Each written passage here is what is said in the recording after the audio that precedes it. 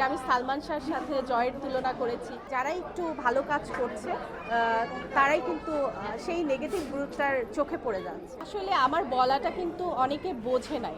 হ্যাঁ, আবার অনেকে কিন্তু অন্য মিনিংয়ে নিয়ে চলে গিয়েছে। হ্যাঁ, আমি কিন্তু বলতে চেয়েছি এক, ওটা প্রেজেন্ট করা হয়েছে আর এক রকম করে।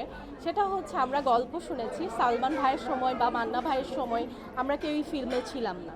সো আমরা গল্প শুনেছি যে যেই শিল্পীদের পাশে থাকতে গিয়েছে বা যে কোনো মাথাচাড়া দিয়ে উঠেছে, ভালো কিছু করার চেষ্টা করেছে, তাদেরকে দমিয়ে দেওয়ার জন্য কিন্তু একটা গ্রুপ, সেটা কিন্তু সবাই না, একটা গ্রুপ তাদের পিছনে লেগেছে এবং বয়কট করেছে। আমি কিন্তু উদাহরণস্বরূপ বলেছি, আমি কিন্তু বলি নাই। অনেকে ভুল বুঝেছে যে আমি সালমান শাহর সাথে জয়ের তুলনা করেছি, এরকম অনেক নিউজে আমি দেখেছি।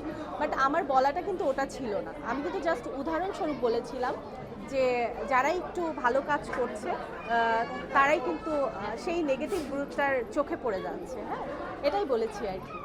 100% ব্যাড পলিটিক্সের কারণে।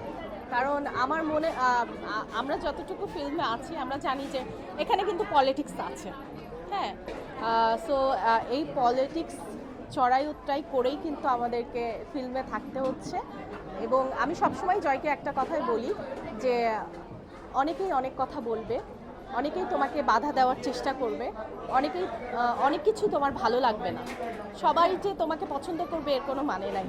সো সবাইকেই ভালোবেসে হাসি মুখে সবাইকেই সবার পাশেই থাকতে হবে, এই আর কি। রাগ করা যাবে না, একটু রাগ বেশি তো, এই আর কি।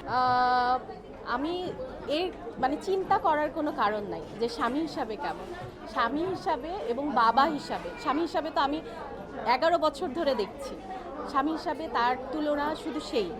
আর বাবা হিসাবে আমি আর একটা জয়কে আবিষ্কার করতে পেরেছি, যে বাবা হিসাবেও সে মানে সবার উপরে, আমার তাই মনে হয়।